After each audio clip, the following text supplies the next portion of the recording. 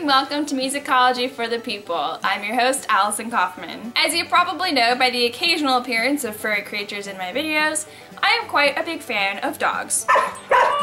And since two things that I love are dogs and music, I thought I'd talk about the relationship between the two of them. It may seem difficult to gauge your dog's reaction to music. After all, your dog can't just look up at you and be like, oh, I really dig this tune. Get it?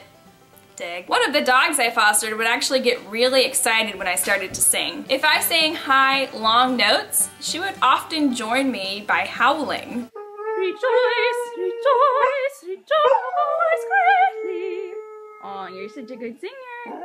However, if I tried to sing the same pitch that she was howling, she would inadvertently change the pitch that she was howling to be different from mine. I thought I was going crazy, but research actually backs up my story. When studying the howling of wolves, researchers found that no wolf would sing the same pitch as another wolf. Apparently, wolves don't want to sing with each other on the same note.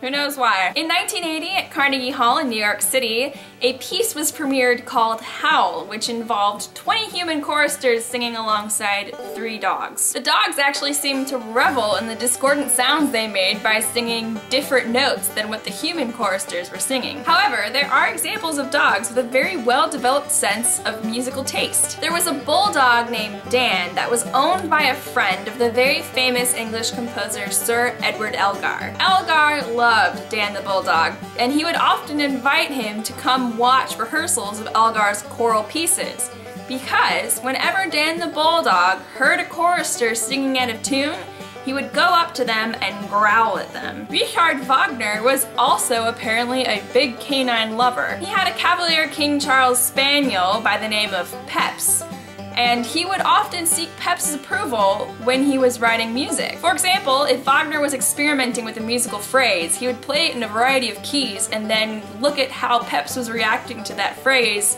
as it was being played in these various keys. In some keys, Peps would give a calm response with a slow tail wag, whereas in other keys he would suddenly get very excited and agitated. This actually gave Wagner the idea to associate certain keys with certain ideas, such as E-flat major representing holy love and salvation, whereas E major itself represented sensual love, which was shown in his opera Tannhäuser. Modern research actually goes even further to show which genres dogs prefer. When psychologist Deborah Wells at Queen's University in Belfast played different genres of music for dogs, she got some very specific results. For example, when she played heavy metal music, the dogs were immediately very agitated with barking and growling and running around in their cages. In contrast, when the dogs listened to popular music, no real effect was noticed. More contrasting still, when they were listening to classical music, they all calmed down, they would lay down,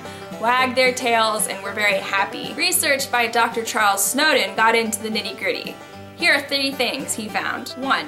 Longer notes tended to be more soothing and calming for a dog, whereas staccato or short notes made the dog more agitated. 2. Pure tones and regular rhythms made dogs happier, while harsh, noisy music with irregular beats made them very agitated and upset. And 3. A tempo that matched the animal's resting heart rate or breathing rate often had a very calming effect on the dog. So there you go. Not only does man's best friend like music, but he also will have a very discerning taste. So now you know what to do when your dog is in the middle of a spaz attack and you need to get it settled for bed. Just settle him down with some melodic, soothing classical music. I hope you learned something new about music and puppies. If you did, be sure to like and subscribe below. Also, be sure to check out the Facebook and Twitter accounts associated with this channel where I post other fun things throughout the week. Until next week, enjoy this canine musical postlude.